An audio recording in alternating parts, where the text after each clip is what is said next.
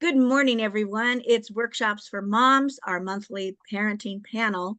And we have a great topic this morning. It's the invisible mental load that we as moms carry. In my case, you can see grandma, but grandma also is involved with that. And we want to talk about, this is an aspect. Sometimes we feel like we're overwhelmed as moms. And I think this is an aspect that we can get a hold of if we're aware of it. And for me, I kind of had an eye-opening experience this summer, and I realized, wow, I was taking on all planning of vacations and things on top of everything else, and how much everyone who came along, they got to enjoy the ride. They could complain, they could do this, they could do that, but nothing about the planning that went into it. So anyway, that's what we're going to talk about today. I think it's something we can get a hold of, and we've got some really great experienced moms and coaches here. I'm Tracy Cheney, and I'll be moderating. And as a teacher, that also is a mental load of work on top of everything else. But having worked with thousands of parents, I really saw this happening with moms, but I didn't know what it was. Yola Cruz, Yola, is a certified relationship coach, and she's dedicating to helping moms prevent divorce and find peace and balance in their marriages. And Josie Laporto Freeborn specializes in coaching mom entrepreneurs, and she nurtures their sales confidence while breaking through limiting beliefs. Catalina Natalini, I love that name, how it rolls off there, is committed to sharing the importance of sleep, especially with moms, so they can live, work, and love from a space of vitality for their families. And so this is going to be an aspect of that. Because when it's on your mind, you're not sleeping. Ren Roberts is a business coach and creator of Financial Freedom and Joy, teaching women tech skills they need to be successful online entrepreneurs. And Michelle DeKaiser is a podcaster, Mama Genius Hub. And a lot of us have really enjoyed working with Michelle as she's created speaker festivals for women who are speakers talking about their businesses. So thank you, Michelle, for joining us, because you bring a lot of wisdom, not only as a mom, but all the women that you've been interviewing. So Workshops for Moms, you'll find this in YouTube, and we really invite you to share it out after we finish today. And when you visit us on YouTube, we ask 4 things now: a like, share is great, a comment, and let it run. Okay, so that we can really boost this show. All right, well, ladies, who would like to jump in and talk about this issue of the mental load that we all carry and what we can do about it? Yola, actually, I'm going to start with you because you're dealing with women in your relationship coaching, and this is probably something you talk about. Yeah, this is a very topic. When I looked at the topic, I was like, yes, that's my topic. Because that's what I deal with on a daily basis. I actually coach mostly moms. And in my group, I have a lot of moms who have children, and they're overworked, they're exhausted, they're depleted because they are, like I mentioned earlier, doing everything. They're doing everything. And I did the same thing for about 10 years in our marriage, to the point where I was thinking it would be much easier to be just a single mom, because then I can do all that stuff. I can get credit for all that stuff. And like, what's the point? But then I realized that I was actually shooting myself in the foot. Because when I was doing everything, it didn't give any space for my husband to do things. And a very simple example would be, I was scheduling all birthday parties for our kids. For all those years, we have 3 kids, so all birthday parties, everything, health, every single thing, aspect of their life was me. And my husband was just on the sidelines. He was just a paycheck provider. That's how he felt too, by the way. And finally, when I changed my skills, I changed the way I was behaving, I decided we got a cat. And believe it or not, they wanted to throw a birthday party for the cat. I'm like, what? Like, I don't have enough to throw a birthday party for the kids and my husband and everybody. And I said, like, you know what? You do whatever you want to do. Like, I can invite the people, but you're doing everything else. Do you know what? That cat had the best first birthday party, that better maybe than even the kids, because my husband did it. He got the kids enrolled in it. They did it, ordered the cake, the hat, everything. And from then on, he started planning the kids' birthday parties. So what I realized, it wasn't him not contributing. It was me not giving him space because I felt like most of the moms feel that it's our job to do it. And we didn't learn this. I mean, I guess from our own moms, it's just like you kind of Yes. start and pick it up. Josie, you want to jump in? You need to unmute. Yes, yes, for sure. Everything Yola said, I've been there. I felt it. I always thought I was being the martyr. I always felt like, oh, fine, I'll do it. I guess I have to do it, but I'll do it. And then I saw some behaviors that were happening in my children, and I didn't like it. I didn't like certain ways my son would speak to my daughter, or certain ways he would speak to me, or certain actions that would happen. And I would kind of nitpick on him about it, saying, why are you talking like this? Only when I could step back and go, or why are you acting like this? Or why are you feeling like this? Was because he was modeling what he saw me do. He was modeling the me who felt like I had to do everything and that nobody else could do it, that I had to control, and thereby speaking to other people, maybe not quite nicely. And when I saw him doing it, and then he didn't say, well, Mom, I heard you do it. I looked within and went, where the heck is he learning this? And I said, it's from me. I have too much in my head that I am lashing out to other people, and my children are seeing that.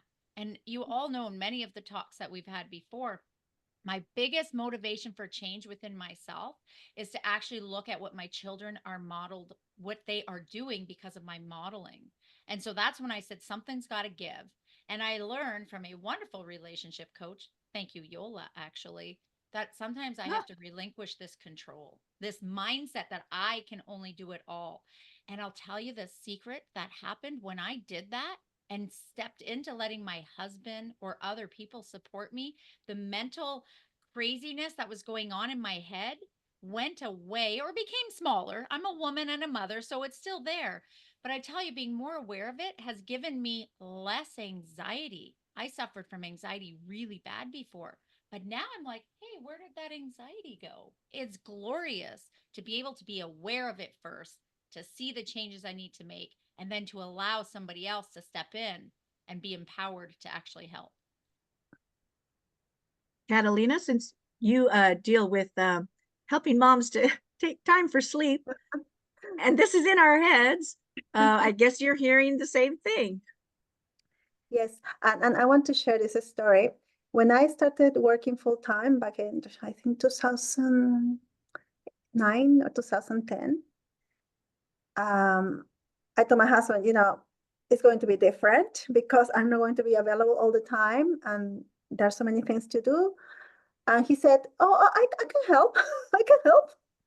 And so he said, I said, I come home, I had to cook dinner, and really, I don't want to do the dishes or clean up the kitchen because I really want to relax after that. So he said, oh, I'll do that. I'll do the dishes. So my husband's idea of doing the dishes is that we just pile everything in the sink and we leave it there until the next day. And the next day, he wakes up, he has breakfast, he smokes his pipe, and then he does the dishes. So that was his system. So in the beginning, I was like, I would come home and there will be things in the sink, and I was like, and I will start banging things and being upset. And he was, what's wrong? So this kitchen is a mess. I cannot work like this. I cannot cook like this.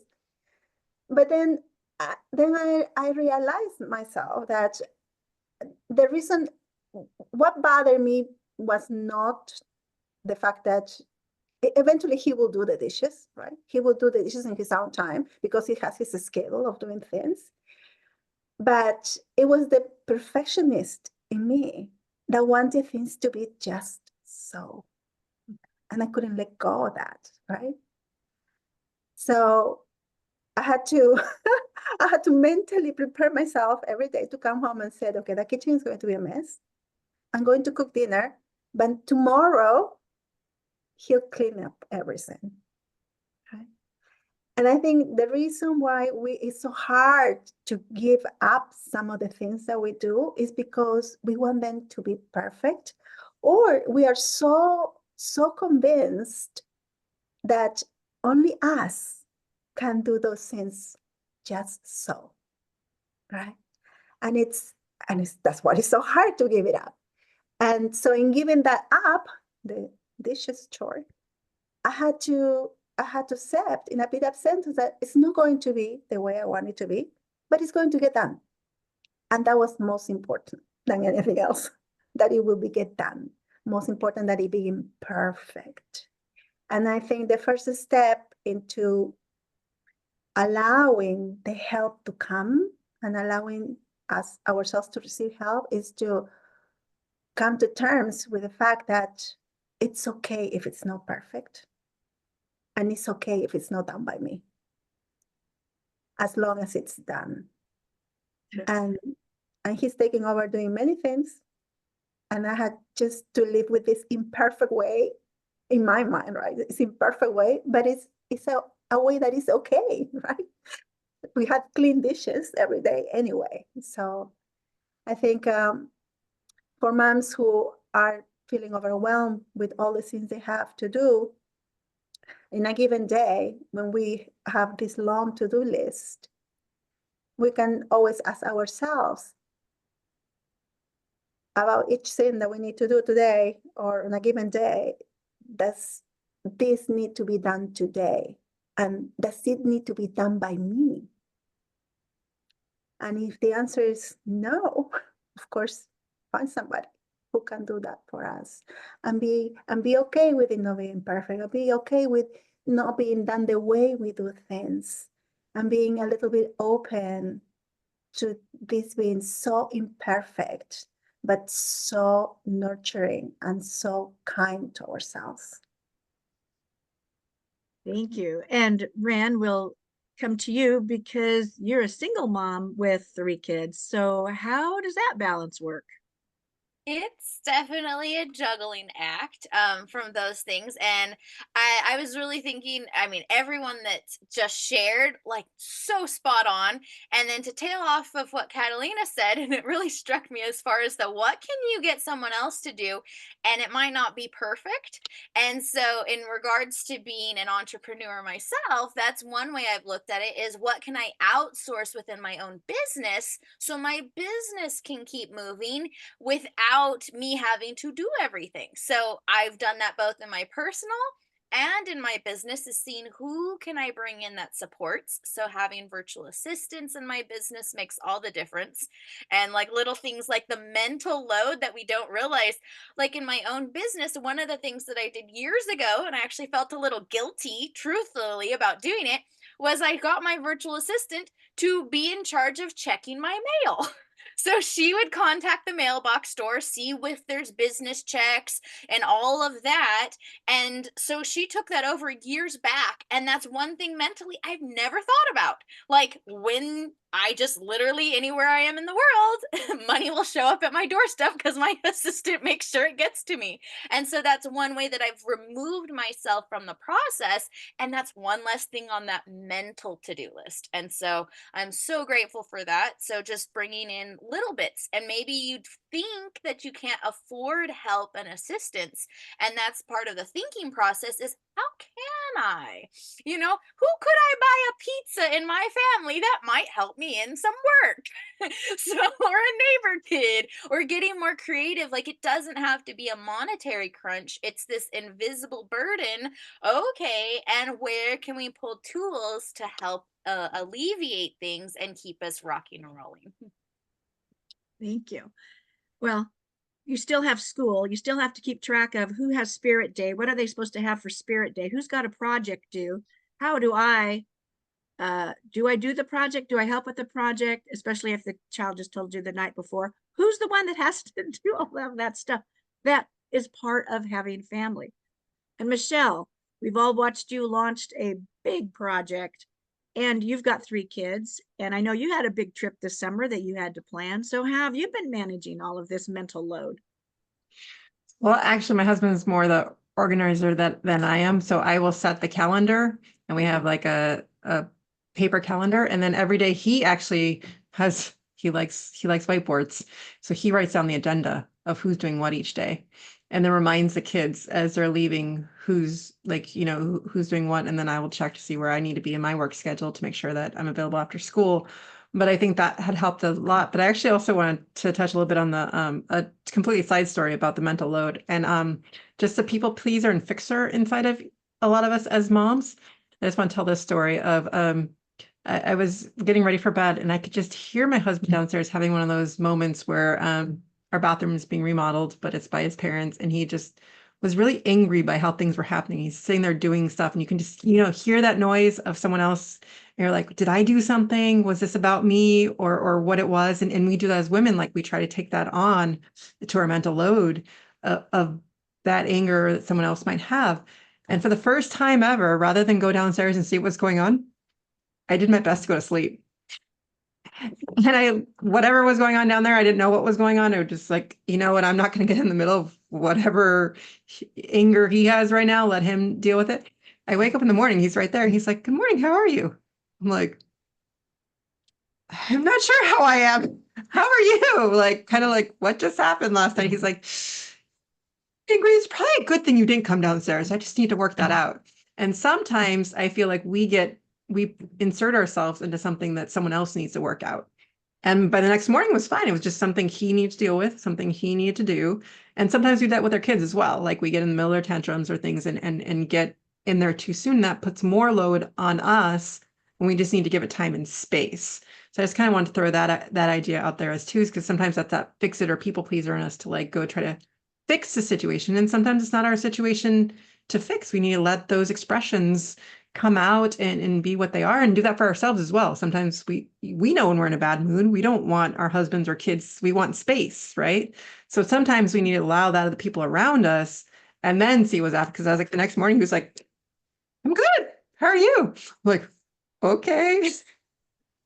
And so did you ever mention it?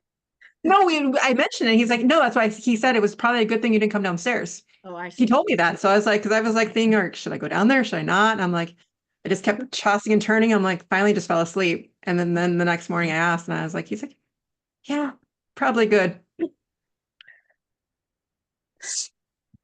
So part of it is, I mean, it sounds like we all have very supportive partners who are, you know, taking on those things. And Ren, you've had to work out, you know, other ways of doing that. But for those who don't have that, and some of you are working, you know, in your coaching business, you know, with people who have partners that are not helpful, or you may have interference coming from, I don't want to say in-laws or and all, but we have those kind of situations that we still are the one in the middle kind of mediating all these things. Does anybody have some tips on how to deal with that? I would say whether you are a single mother or you have a partner, you should get in the habit of informing. You know, like in casual conversation, this is what I'm doing.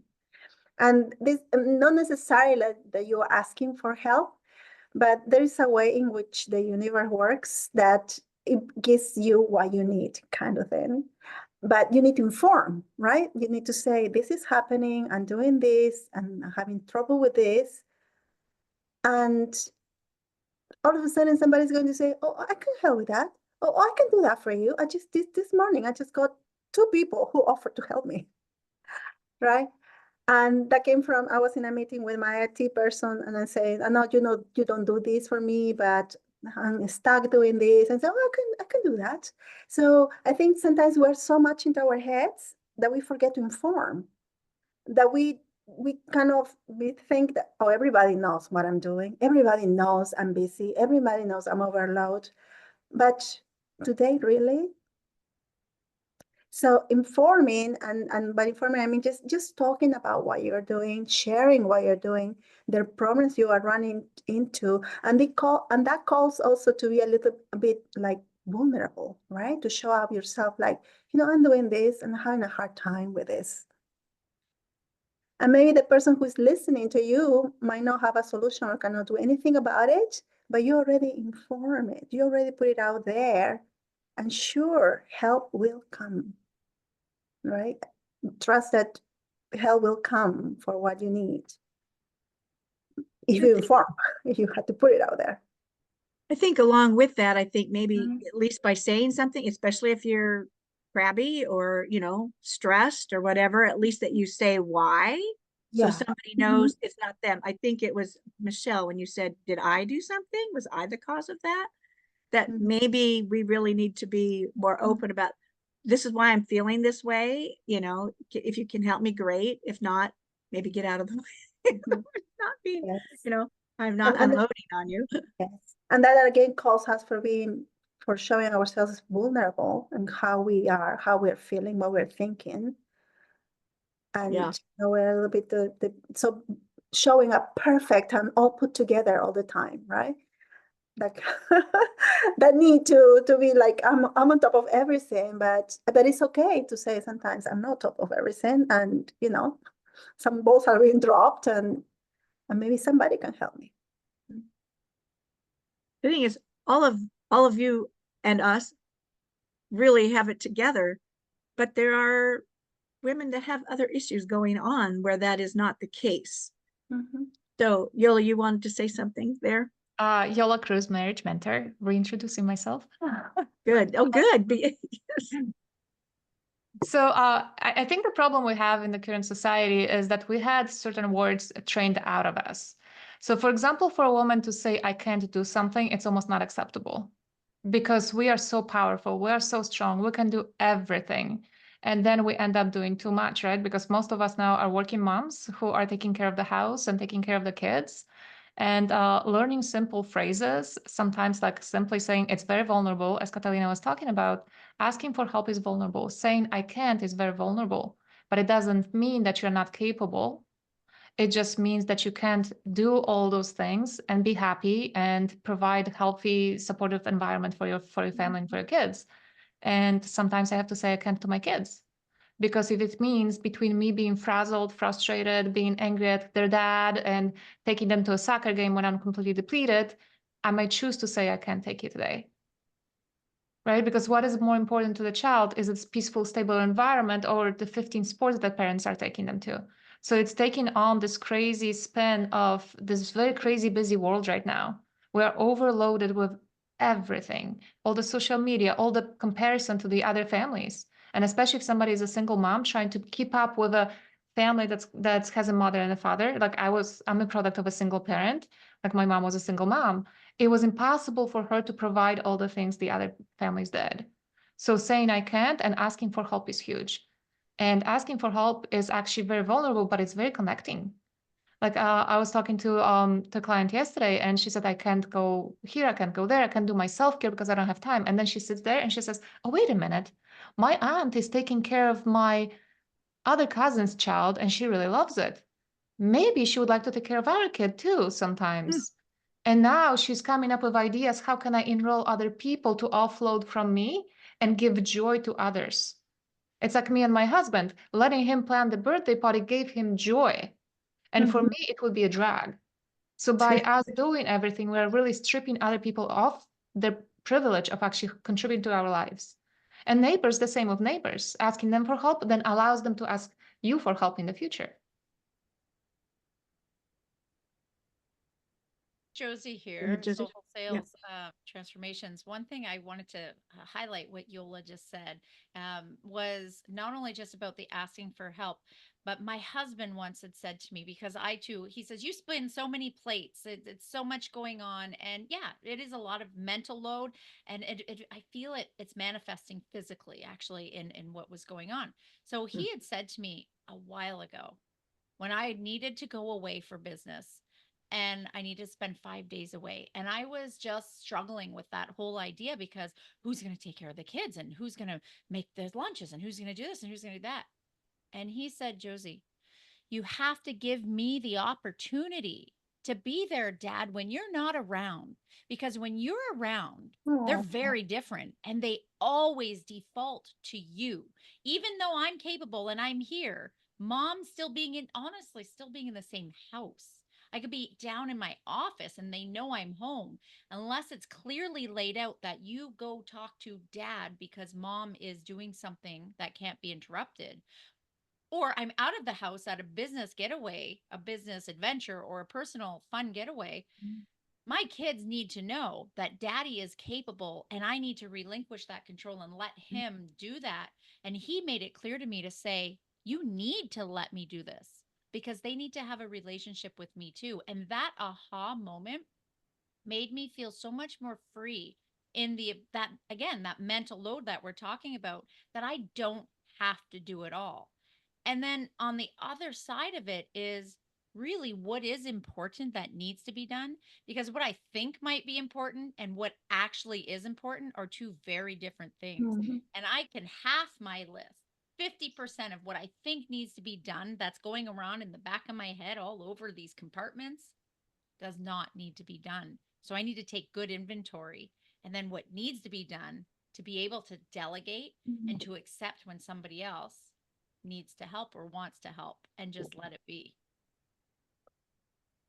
I want to piggyback on that. It's Michelle DeKaiser, Mama Genius Hub podcast and Connecting Mamas. But the mental load, as Josie was talking about, and the different things that we're doing, but also looking at your day. Are there certain parts of your day that are more stressful? So a lot of times that's the morning for moms. And so honestly, I've removed a lot of the stress from my morning because my kids make their own lunches. My kids have a checkoff list, do these things. So, and we use Alexa a lot. We use Alexa to play songs when they need to leave the house. So I'm not keeping track of, oh, you're running late or you're doing this. Like they just know by the end of the song, they need to be out of the house, especially with my middle schoolers who walk to school now. And so creating those systems, looking at your day though, and saying, where am I stressed out the most? What is happening in that moment? Is it the morning? What can I do to alleviate some of those things in the morning? Is it having lunches made the night before? Is it spending time with my 8-year-old to decide? We print out a lunch schedule. So she decides whether she's hot lunch or she goes and makes some lunch, or she knows ask if she needs help. And so those are kind of already laid out. So most times I'm not doing any of that stuff in the morning because they're taking care of their own stuff in the morning. They're setting their own alarms, doing those things because they've been set into place. So it's more just looking at how can I alleviate that? And we even have like a morning checkoff list, which I totally completely forgot about because we haven't, like it just sits on the door. But it was a week ago or so, my youngest asked me from the other room, can you read off what's on the list? And so I did, and I can't remember what it was, but she'd forgotten one thing and it reminded her. And so she's been using it. I didn't even know she was using it, but she checks these questions off every day to make sure she has them because it's just sitting there. And I completely forgot about it, but it's there in place for them to use. And then my navigating between the two older ones who we actually had to sit them on the couch. I had to sit them on the couch today because they were arguing over the kitchen and they can't be in the kitchen at the same time. And so usually when my son's taking a shower, my daughter is making her lunch and her breakfast or asking me to make breakfast or whatever it is. But I was just like, okay, come on. If you guys can't work out the schedule, then I'm going to sit there and make your lunch and I'm going to do these things and you're not going to like what I'm going to make for you. So you need to work this out and come to some sort of agreement on when it's all going to work out. But the whole point of this is really to just look at your day, ask the moments that you're being really, what part of it that really stresses you out, and what are some of the things you can implement in that moment to make it run smoother, that you're not doing it, that it doesn't have to be you in charge of it, especially in the morning. Your kids can start taking charge of it as early as 2, where they're just doing little things for themselves, getting their shoes, doing certain tasks that they can do themselves that you don't have to worry about anymore. That's great. And you know that the kids are cooperating and doing that is also, you know, yay for them. And they're cooperating. Well, I think it's just coming into place and setting them up. And it's not always cooperation, right? And there's many times where I'm like, well, am I making breakfast or I'm not? And my son's like on the way to the shower, like, honey, do you want me to make breakfast today? And he's like, and that especially at that age, I'm just like, okay, well then you're on your own. I offered, right? My offer is rescinded now. But it's knowing those moments, and it's going to evolve as they get older and change. But I got lucky 2 nights ago, I think it was, as he was going to bed, he's like, yes, I think either for an omelet or avocado toast. And I'm like, can you make that in the morning? I'm like, sure. Thank you. I know what I'm doing in the morning. Like, you know, and I'm willing to do it if I just know I need to do it. But most time I'm not. They'll just be self-sufficient in doing that, getting themselves out the door. Now that they can walk to school, the 2 of them with middle school can just walk, and I don't even have to worry about the song plays, and they know they need to get out the door. Very nice. So Ren, when you had your kids' ages are quite spread apart. So it's like you can't just do it as a group thing. You've got to keep track of older one and youngest one, and there's quite a big gap between what everybody's doing. How'd that work for you? I'm very much with what Michelle was saying on prepping the night before. Like that, like mornings, I'm not crazy about mornings myself. And now I have to do it for everyone else. And so part of that is like the prep and the thing beforehand. And like my youngest daughter, like, well, what are you going to wear? And so planning her clothes the night before and laying them out just made things so much easier. So coming off with that routines, and like personally, I'm more of a morning showerer when I would have to go to school. And my kids aren't. So I'm like, perfect. Well, then that makes it a lot easier because that's one less thing that has to happen in the morning. So I think just, that go with the flow, what people are saying, and that relinquish control. So part of that really helps. And then just being, nice and pleasant is, instead of going to the frazzledness and like, here's where we're going out the door and just the things are leaving. And I, with my littlest daughter, sometimes she wouldn't have her shoes on when we're going out the door or stuff like that. I'm like, I don't care, we're leaving. Because in that case, like when we're in Hawaii, like if she didn't make the bus, I was gonna have to drive like over 40 minutes one way to take her to school. Like we are not missing that bus. So she would, I don't care. Sometimes she'd go in and I'm like, whoop, like, it's not my problem, sweetheart. Okay, let's go. Like, my problem is going to be if we miss the bus. So I think that's the biggest thing, is just keeping calm at the end of the day. Like, nothing overly went wrong if she forgot something or something. But the big thing was just keeping the calmness, so that way it wasn't frazzled. It was like, okay, well, we're not going to wear shoes today because it's Hawaii. You don't have to wear shoes anyway when you go to school. So like just things like that, and just feeling good and not worrying about it. And that was the biggest thing, because if I got frazzled in the morning, then it would feed down to the kids and it would probably ruin their day, or at least ruin their start to their day, which that's not a fan of what I would like to do. So that's where I would really just keep the calmness. And I think that's the biggest thing that you can do. I think I'm glad you brought that up, because having been a teacher, I see the frazzle in the mornings, and how many kids come to school, they've had a big fight with mom or dad in the car, the whole thing, it just gets off to just a terrible start. And that's how they start their day at school. And, I don't know what's happened, but that's just one child, but it happens many times. So I think this is a really good point that you brought up, that, we really need to pay attention to kids' mornings and starting them, going to school in a happy frame of mind, hopefully with their projects, hopefully with their lunch in hand, and all the things that you've done, that it really does, you're right, it really does impact how their day is going to go. I mean, they'll get jollied out of it at recess or, other things, and stop thinking about it. But how much that is a part of so many kids' day, the way that gets started for them.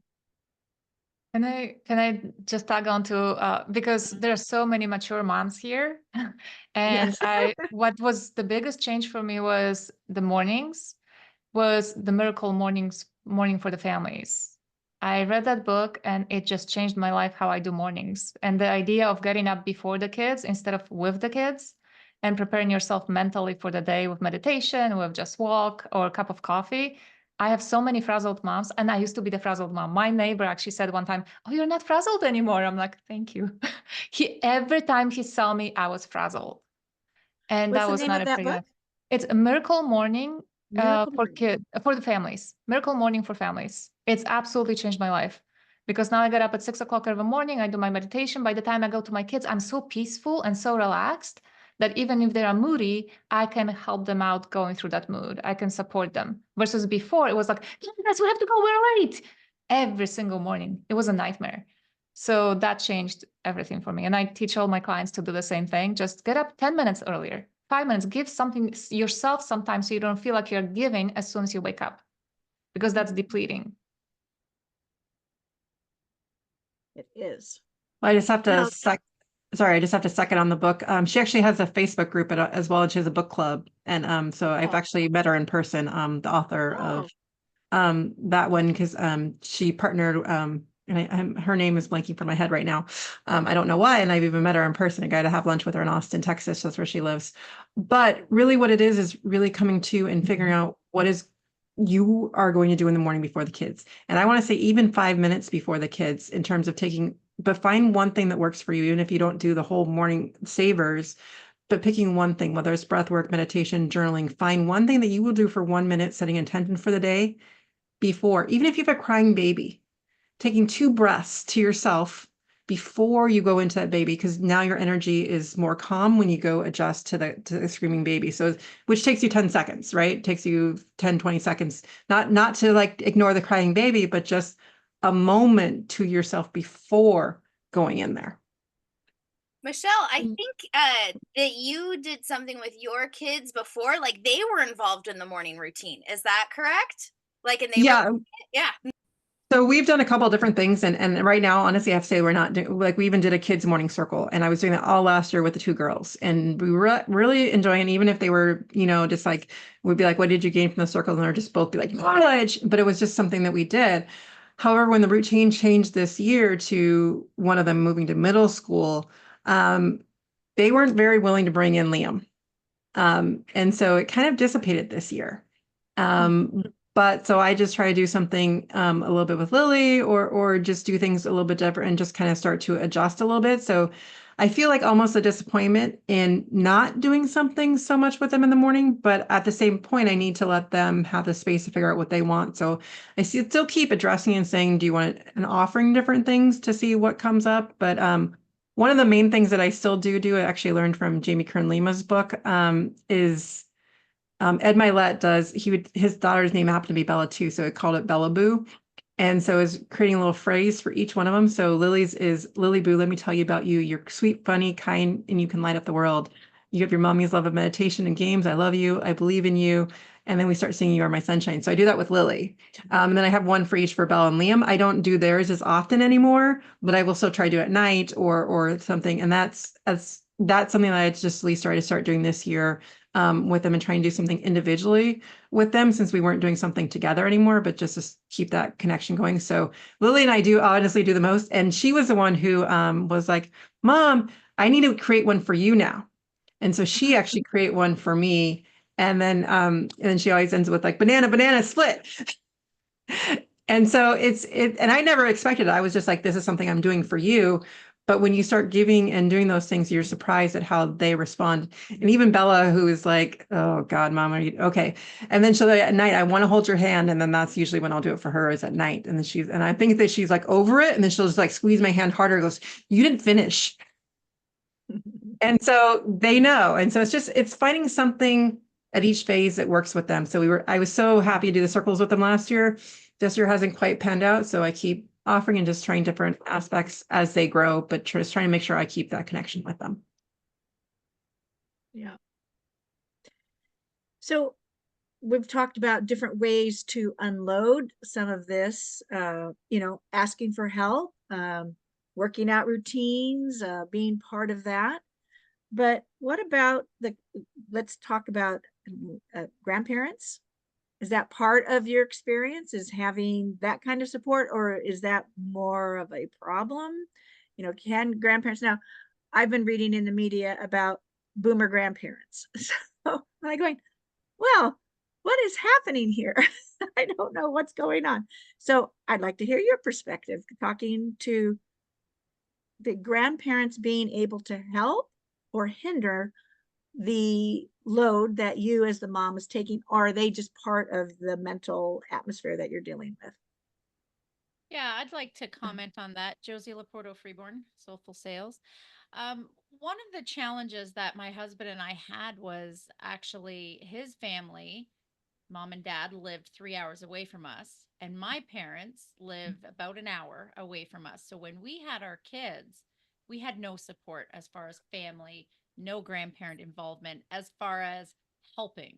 we had certainly the gatherings, which were a huge success because the kids loved to see their grandparents or the grandparents loved to see the kids, but it was always fun and birthday parties or Christmas or holidays. And so my husband and I felt really depleted when it came to looking at our friends and other people who have a grandparent who shows up to watch the kids after school or to come and say, hey, let me take a break. One of the biggest things that was helpful for me was, even though my parents lived about an hour away, was when my kids were really small. They're 10 and 12 now, so they're more capable on their own. But when they were really small, actually, I was still pregnant, so I only had my daughter. I asked my mom and dad, I had an opportunity to go work in a maternity baby store. And I was like, I want to do it. It's going to be fun. I'm interested to do this, but I can't because I have my daughter and my husband works. I actually asked. I came right out and I'm like, I didn't prejudge. I didn't give that impression of, oh, well, because they live farther away, they're not willing to help or they're not able to help or they have their own life that they have to live. I actually, put on my big girl pants and pulled them up and courageously said, hey, I have an opportunity to work 1 or 2 days a week. Would you be able to come into town and spend the day with Fiona and just hang out with her and play with her so I can go for 4 hours a day? That's it, 4 or 5 hours. Oh my gosh, the response. My parents were so eager and excited that I asked them to, because they were sitting back going, we respect you as a parent. We don't want to try to infringe ourselves into your lives. But I was thinking because they lived further away that they just didn't want to do it or they weren't able to. So just by having the courage to ask for that support and not making a prejudgment that they don't want to help. Sure, we wish that they could have been there every day and that my husband's parents, before they both passed, would have been able to do that. But when they did come down, they were so eager to help and support. And so for those people who might have a similar situation like me, where they're around but you're not sure what to do, just ask. Because my parents got to spend time with my daughter and get to be with her. And then when my son was born, the same thing. I did go back to work in that 2 days a week then. It was good for them as well. So I didn't have to be that jealous person going, oh, you've got parents coming to help you every day after school. I don't. I had to make do, but I asked and I actually got a very good benefit from that. It's really beautiful, Josie. It's because many times we don't ask, and the biggest thing is just ask. And yes, maybe not all the parents will be up on board, but you will never know until you ask, right? And I know for me, when I work with clients, one of the biggest things I do encourage them is to have good relationships with their in-laws, for the wives. And many times they're very estranged because they're not speaking to the husband well, then the whole families fall apart. The whole family units get involved. So we separated out a little bit and we just kind of, let's go ahead and fix one at a time. And last week I had an amazing breakthrough, and the woman, the mom, she repaired her relationship with her husband, and their in-laws, who were estranged for 2 years, they did not talk to them. They were going to court over certain things. The relationship completely changed to the point where they saw each other on a weekend. And then it turns out that the mother-in-law was a teacher in the past. She was a director of the school. So she's going to help with homeschooling the child. And she's completely supportive of all her rules and all her things. Whatever the mom says, that's what she does. But they were completely ready to just part ways and never see them again, in a way. And we completely flipped it around. So now not only do they have a beautiful relationship with the in-laws, she has it, the child has grandparents present in his life, because that's so invaluable. I wish like my kids would have that more, right? But my husband's parents passed and my mom lives on the East Coast. So they do FaceTime and stuff. But anytime people just say like, oh, just leave them, just separate from them, just create a barrier, just put boundaries in place. But there's a better way to communicate, because they're invaluable. There's this wisdom that we get from our grandparents. The kids get that warmth of knowing that they have more than just the parents. So important with grandparents, and I'll thank my own mother, host of the show. So, and just letting her have the opportunity to be a grandma has just been, it's awesome watching your parents. And I had special relationships with my grandparents. So I homeschooled my daughter during the pandemic, and my parents were so amazing. I mean, I had the option, take my kids, go out, be a single mom in Hawaii alone, or I could ride out the pandemic with family. And I was like, at that point, I'm like, heck no, I'm not doing this all alone out during it. And so having, multiple kids with my parents for a bit, that was stressful on everyone. So I think just realizing in the dynamics and having to like run that interference, and I know that was kind of hard too, like, oh, should we say something, and then there's a parent, and then they're in your house, and I'm like, well, I can't do everything, feel free to discipline a kid if they're bad, so it's like, that's hard, though grateful. And then what became truly priceless and thankful for my daughter was bringing in the grandparents when I couldn't handle it all. My daughter being homeschooled, I was like, hey, well, what about PE stuff? So she loves dance. And so at first I was doing all the dance classes, and it was hurting my business, and I was burned out. And then switching and saying, okay, what if, everybody picked a different class day of the week? And so then that way, like, my mom would take my daughter to her class, say on Mondays, and then my dad would do on Tuesdays, and then I could do on Wednesdays. And so then that way, my daughter got wonderful opportunities. She was thrilled. She would have gone to twice as many classes. But at least that way she could have a full schedule, and it didn't harm me, and it also gave her opportunities with her grandparents. So that's part of the way that even when there was like tension and not thrilled about having the mess of her under the roof, that we could still look at having good places and interests of her, and grandparents were completely priceless during that time. So thank you, Mom. Invaluable. And, so I'm not sure what the criticism is of all the boomer grandparents, but I'm listening online. Oh, anyway. Well, ladies, this has been always, we love having these discussions. We each, give talks and workshops and things in our own fields, but there is value in coming together because we hear lots of different viewpoints, and we, come at it from such different, not just from our businesses, but also from our work, but from our family dynamics and what we have. And we know that you, our listeners, are coming from just as many viewpoints and have all kinds of things going on in your life. And we just love supporting you. And, that's what we've been doing. And we want you to go to YouTube, and you can pick up all kinds of great information from wonderful workshops and panels that we've been offering, because we really do believe it takes a village, and we love being part of your village, and moms supporting moms is what we really have fun doing. But also hearing from teachers and different relationship coaches, and there's lots of business advice too on our different workshops. So we welcome you to just go and partake. It's Workshops for Moms on YouTube.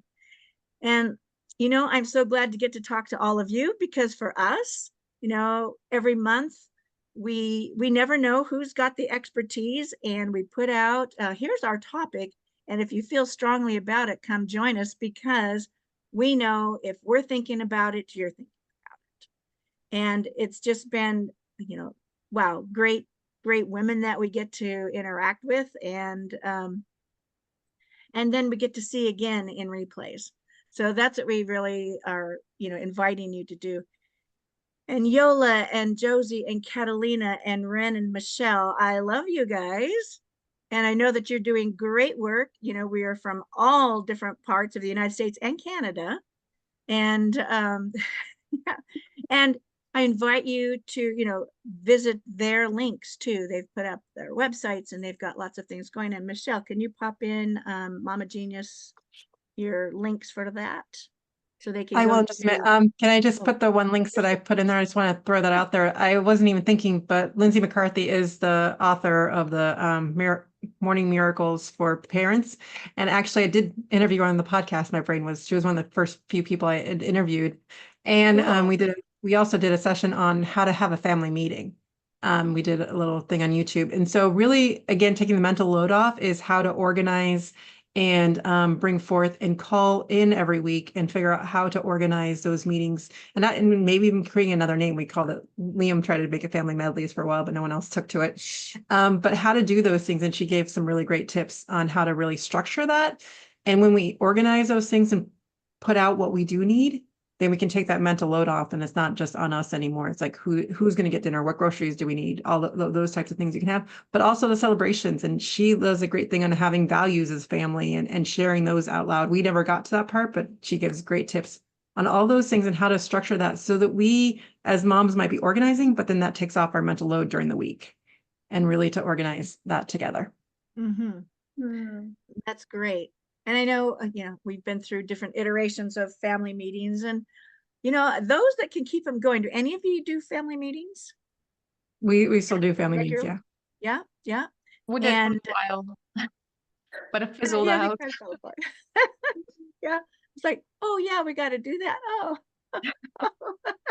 Easy sorry. to do. We have family meetings and we usually do it around the dinner table, and we start with a little fun game. Like, we have our dinner and we're talking, and then we start with a fun game. My kids are 10 and 12, and so we go around the table and we do like telephone, right? And then it gets the conversation going. And then typically we don't always have like a bad family meeting, but we usually address things that need to come up.